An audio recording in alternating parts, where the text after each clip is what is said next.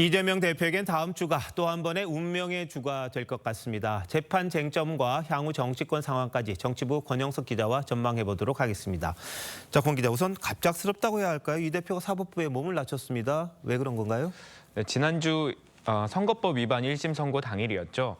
판결 이후 민주당 의원들의 사법부 때리기 발언이 쏟아졌었는데 이 재판 전략상 도움이 안 될 거라고 말씀을 드린 바 있습니다. 이 대표 역시 그런 점을 의식했다고 봐야 할 것 같고요. 다만 이 대표가 대표적 시국 사건들이죠. 오늘 인혁당 판결과 김대중 전 대통령 내란 음모 판결 등을 언급한 건 조금 다르게 볼 여지가 있습니다. 선거법 재판 1심에서 징역형이 나온 것 역시 부당한 정권 탄압이라는 주장을 강조하려는 취지로 보입니다.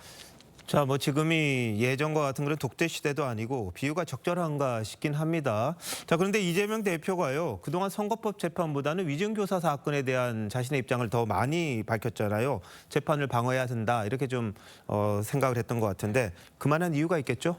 일단 무엇보다 위증교사의 양형 기준이 더 셉니다. 공직선거법과 달리 위증죄에는 양형 기준에 벌금형이 없습니다. 재판의 근간을 흔드는 사법방해 범죄로 보기 때문에 엄하게 처벌하고 있기 때문입니다.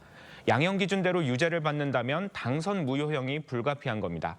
게다가 이 대표가 받고 있는 교사 혐의, 그러니까 위증을 시켰다는 혐의는 양형을 가중하는 요소입니다.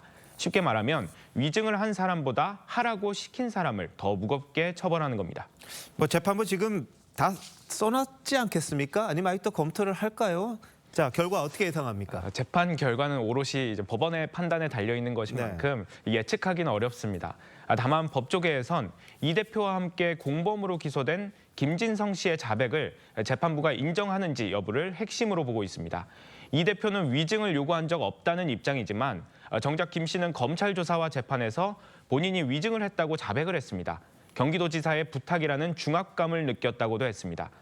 김 씨 입장에선 이 대표가 부탁을 하지 않는 한 자신에게 특별히 도움이 되지 않는 증언을, 그것도 무거운 처벌을 무릅쓰면서까지 위증을 할 이유가 없는 겁니다.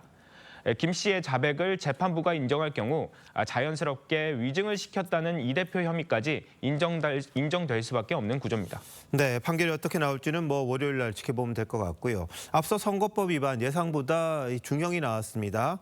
근데 이번에도 피선거권이 박탈되는 중형이 선고된다면 민주당 내부 동료하지 않을까요? 어떻습니까? 네, 가정이긴 합니다만 위증교사죄까지 이제 유죄가 나온다면 내부 동요를 피하기는 어려울 겁니다.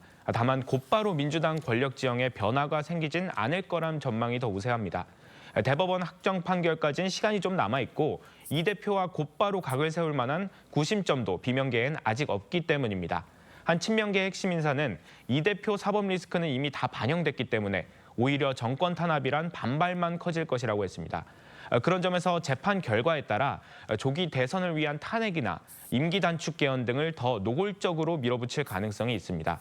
다만 여론이 어떻게 변하느냐, 또 대법원 판결이 얼마나 빨리 확정되느냐 같은 외부적인 요인이 민주당 권력 구도 변화에 영향을 줄 것으로 보입니다. 네, 당장은 크게 변화가 없어 보입니다만 그래도 변수는 여러 가지 생길 것도 같네요. 야권 지형이 어떻게 변할지 계속 좀 지켜봐야겠습니다. 권 기자 잘 들었습니다.